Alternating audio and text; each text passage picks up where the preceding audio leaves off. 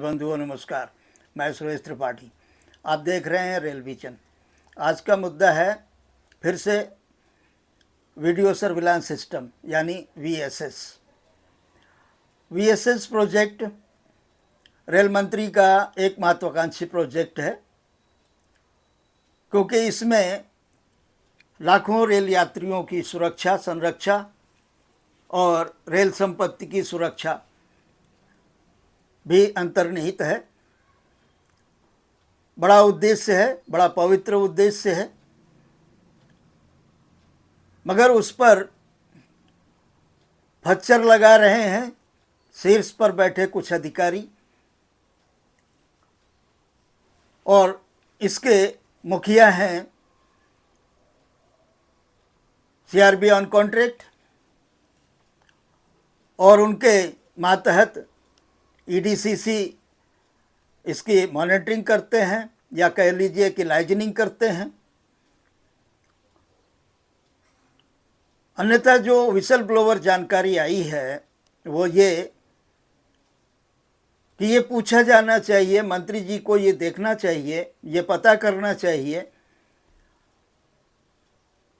कि दिन में 2-3 बार, लगभग हर दिन सबसे ज़्यादा मिलने के लिए उन्हें कौन आता है। ये बताया गया कि इस क्षेत्र में जो सबसे मजबूत ओईएम है वो 1-2 हैं, वो आते हैं और उनके मार्गदर्शन में ईडीसीसी के डायरेक्शन होते हैं। पिछली सेफ्टी रिव्यू मीटिंग में सीआरबी ने कहा सीएलडब्ल्यू को, जब अपडेट मांगी गई, जब अपडेट बताई गई कि प्रोटोटाइप सबमिट नहीं किया, तो उन्होंने सवाल दाग दिया कि फिर आपने टेंडर रद्द क्यों नहीं किया। बताया गया कि उसको रिव्यू करने के लिए या प्रोटोटाइप सबमिट करने के लिए रिमाइंडर किया गया है।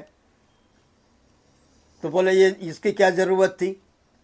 नतीजा ये हुआ कि अगले 1-2 दिन में टेंडर रद्द हो गया। वहीं इसकी जो मॉडलिटी बनाई गई आरडीएसओ के द्वारा, सारे स्टेक होल्डर्स की मीटिंग में सहमति के बाद वो चेक लिस्ट 1-आध महीने पहले, एग्जैक्ट तारीख मुझे याद नहीं है मगर है वो मेरे पास, तो वो भेजी गई।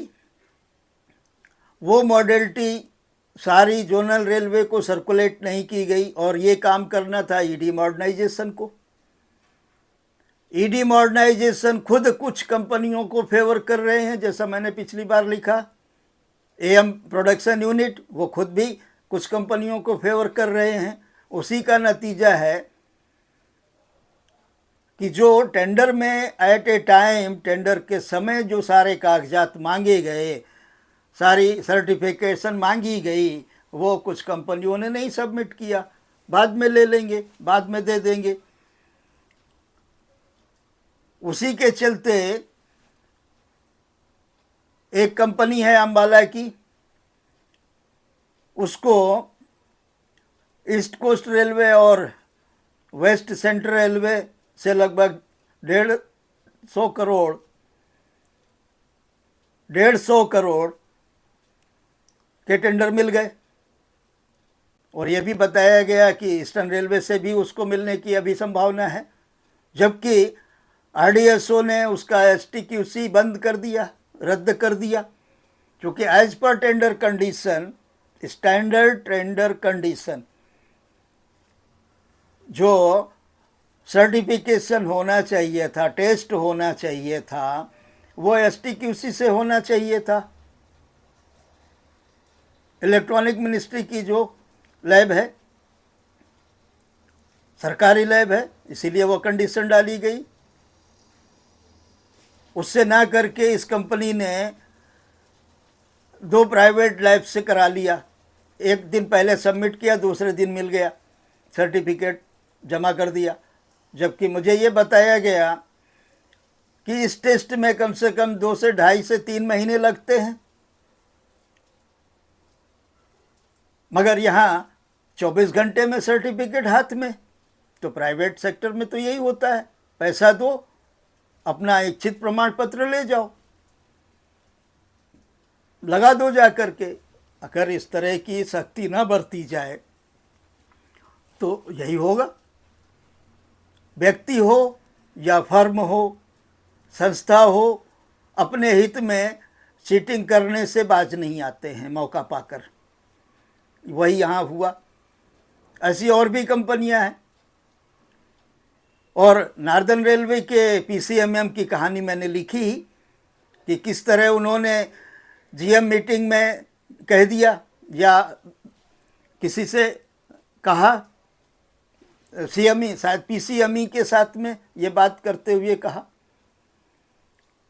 पीसीएमई ने जो कंडीशन दी कि कागजात सारे टेंडर के समय ही आवश्यक हैं, ये लिखित में पीसीएमई ने स्टोर को दिया टेंडर करने के लिए। उस पर पीसीएमएम कहते हैं कि कोई ज़रूरत नहीं है, बाद में मांग लेंगे, कागजात नहीं देंगे, टेंडर रद्द कर देंगे। ये इतनी बड़ी मूर्खता की बात कोई पीएचओडी कैसे कर सकता है? इतना गैर जिम्मेदारी वाला बयान कोई पीएचओडी कैसे दे सकता है? क्या संस्था के प्रति उसकी कोई जिम्मेदारी नहीं है? क्या उसका जो दायित्व है उसके प्रति उसकी कोई रिस्पॉन्सिबिलिटी नहीं है, कोई अकाउंटेबिलिटी नहीं है?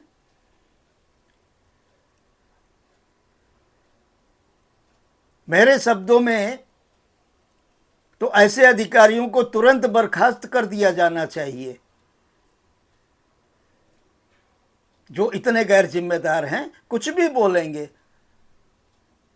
जो चीज़ें यूजर डिपार्टमेंट में ने तय की हैं और आप एक क्लर्क के माध्यम से की तरह आप उसे केवल खरीदने की जिम्मेदारी आपको सौंपी गई है, उसमें फच्चर लगाने या उसमें अपनी ओपिनियन देने का अधिकार आपको किसने दिया? ये बड़ा सवाल है, ये पूछा जाना चाहिए पीसीएमएम नार्दर्न रेलवे से। जो हमने लिखा है एक्स पर, उसका लिंक भी हम यहाँ डालेंगे, थ्रेड का, आप देख सकते हैं। इतनी गैर जिम्मेदाराना व्यवहार कैसे संभव है? वो इसलिए संभव है कि कोई ऊपर से तमाचा नहीं मार रहा है।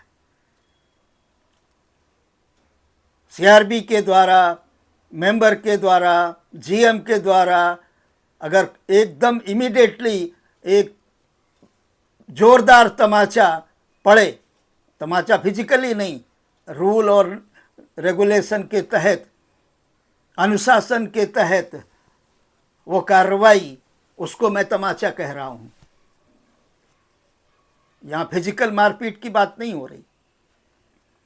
वो होना चाहिए, तब इनके दिमाग ठिकाने पर आएंगे, तब ये ऐसा गैर जिम्मेदाराना व्यवहार बयान करने से बाज आएंगे।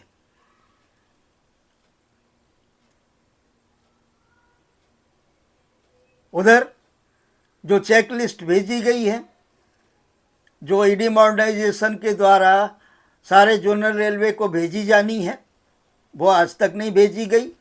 उसका परिणाम नीचे आ रहा है। जैसा विसल ब्लोवर ने बताया था, हमने लिखा भी, एएम प्रोडक्शन यूनिट और ईडी मॉडर्नाइजेशन ये खुद भी इस तरह की मैनिपुलेशन में इन्वॉल्व है। और ईडीसीसी कॉन्ट्रैक्ट सीआरबी के संरक्षण में इसकी मॉनिटरिंग कर रहे हैं। इस बात की जांच होनी चाहिए। मंत्री जी को इस बात का संज्ञान लेना चाहिए कि उनसे मिलने कौन से लोग आते हैं रोज, इस संदर्भ में या उस संदर्भ में, और उन तक पहुंचने की वेंडर्स की, किसी भी वेंडर्स की आवश्यकता क्या है। कोई वेंडर वहां तक कैसे पहुंच रहा है, ये देखना भी एमआर सेल का काम है, मंत्री जी का काम है, क्योंकि नीचे तो सारी बंदरबाट हो रही है। आप अपना राजनीतिक उद्देश्य हासिल कर रहे हैं, वो अपना आर्थिक उद्देश्य हासिल कर रहे हैं आपकी पीठ पीछे। तो ये करप्शन को बैकिंग करने का तरीका है, क्योंकि उनके मन में तो ये भाव है कहीं कोई देखने वाला नहीं है, जो मर्जी आए वो करो। अभी हम इस बारे में और अपडेट करेंगे।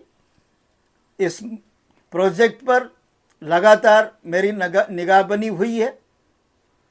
और एक अपडेट, नार्दर्न रेलवे ने एक अच्छा काम किया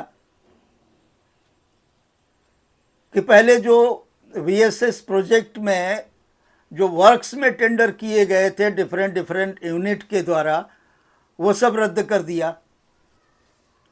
जीएम नार्दर्न रेलवे ने, यह क्रेडिट उनको जाना चाहिए। वर्क्स में रेट अनाप शनाप आए हुए थे, वो सारे टेंडर रद्द कर दिया वर्क्स वाले, और स्टोर को ये टेंडर करने के लिए कहा गया। उसी में ये पीसीएमएम अपना फच्चर लगा रहे थे। और अब वो एक नया उदाहरण प्रस्तुत कर रहे हैं जीएम नार्दर्न रेलवे। मितव्ययिता कंजूसी नहीं है, और कंजूसी करने के लिए आपको किसी ने कहा नहीं है। आप कस्टोडियन हैं पब्लिक एक्सचेकर के, मगर मालिक नहीं है। यह ध्यान में रहना चाहिए। तो यहां जो मुद्दा है कि ईडीसीसी इस प्रोजेक्ट की मॉनिटरिंग क्यों कर रहे हैं, उनसे मिलने के लिए जो वेंडर आते हैं उनकी पहचान की जाए, और वो क्यों आते हैं ये देखा जाए। ये जो घाल-मेल चल रहा है वीएसएस में, उसको देखा जाए। एएमपीयू, ईडी मॉडर्नाइजेशन, ये चेकलिस्ट अभी तक क्यों नहीं जोनल रेलवे को भेजे हैं, और वो क्यों कुछ कंपनियों को, वेंडर्स को फेवर कर रहे हैं, इसकी जांच की जाए। जो मॉडलिटी तय की गई हैं, जो चेकलिस्ट भेजी गई है आरडीएसओ से, वो तुरंत सर्कुलेट की जाए सारी जोनल रेलवे को। और प्रोजेक्ट जो पटरी से उतारने का या कुछ खास वेंडर्स को फेवर करने का जो यहाँ प्रोग्राम कार्यक्रम चल रहा है खुलेआम, उस पर लगाम लगाई जाए। और जो तय किया गया है, जितने certification at a time of tender मिलने चाहिए, होने चाहिए, सबमिट होने चाहिए, उसको सुनिश्चित किया जाए। तभी ये प्रोजेक्ट सही ढंग से इम्प्लीमेंट हो पाएगा। मंत्री जी को इस पर विशेष ध्यान देना चाहिए, क्योंकि ये सार्वजनिक सुरक्षा और संरक्षा से जुड़ा मामला है, सार्वजनिक संपत्ति की सुरक्षा से जुड़ा हुआ मामला है। बहुत बहुत धन्यवाद। आप सबसे अनुरोध है कि वीडियो को ज़्यादा से ज़्यादा लाइक करें, चैनल को सब्सक्राइब करें, और बात को दूर तक पहुंचाएं, अवेयरनेस फैलाएं। धन्यवाद।